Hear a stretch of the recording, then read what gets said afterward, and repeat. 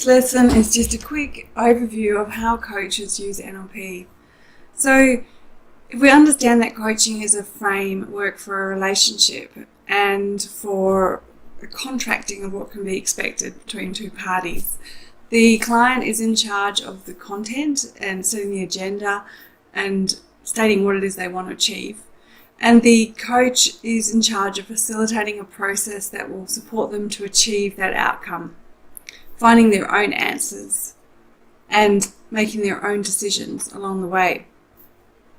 So NLP is a methodology that helps people create changes in thinking, state and behaviours, and helps create change at quite a deep level. So it's that double or triple loop learning that can complement the single loop learning that would just be present in coaching normally as well.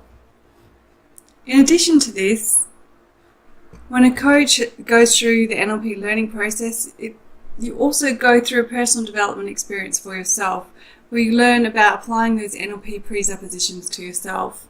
This helps you discover your own path and really understand what living your own life from your authentic self means. And for life coaching, this is important.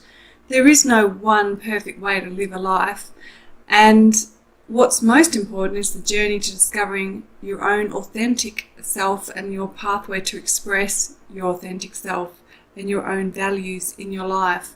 So learning NLP is a process that supports you to do that, and then this helps you to facilitate others as they work out what it means for them. NLP has a lot of information about how people connect and establish and maintain rapport. And between a coach and a client, rapport is like a foundation. No matter how good you are at techniques or how awesome your skills may be, if they're not asked in the context of rapport, they won't land or work. So rapport and the ability to create rapport is fundamental, and people learn this consciously in NLP. As a part of learning NLP and being an NLP coach, you become very curious about the internal process or how others make meaning.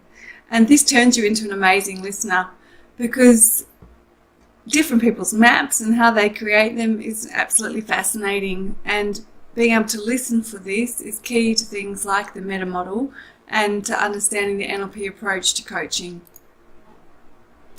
NLP is a bit like a high-powered vehicle. The invention of the car was awesome for getting places very quickly, and in the wrong hands with a drunk driver, a car can be a weapon that can really harm people. However, for what it was intended, the car getting A to B has yet to be surpassed, so it's awesome. Similarly, NLP as an alternative form of psychotherapy or psychology was and is awesome. So that original intention to understand how awesome therapists were of service to people who wanted to create transformation really transfers well into NLP as a coaching methodology. NLP has been applied to many other things that are not so much intending to help other people. So you really have to differentiate when you've experienced or seen NLP being used for other intentions to what NLP is like as a coaching methodology. It is a marriage made in heaven. The two things work so well together. It is a high-powered process for helping people achieve their outcomes, and coaching is all about being of service. NLP is a brief method.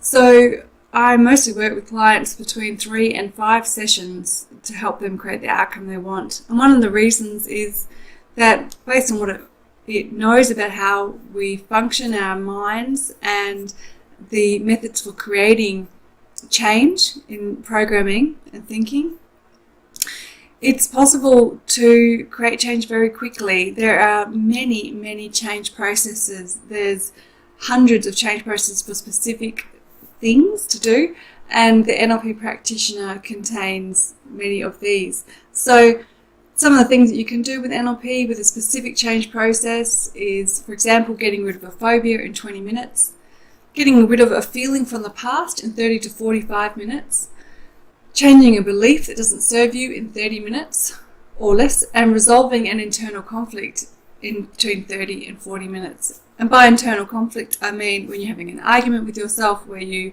are paralysed and don't move into action because you are conflicted.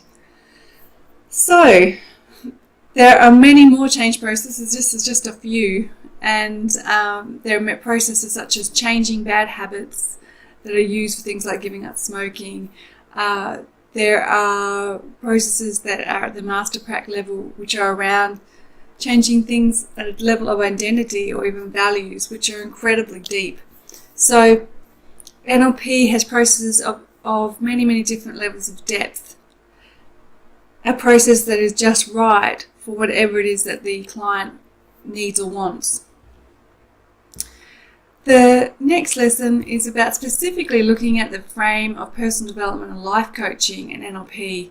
So for people that are very interested in that specifically, that next lesson is not just NLP, it's looking more broadly at some of the fundamental principles of personal development that are incorporated into coaching.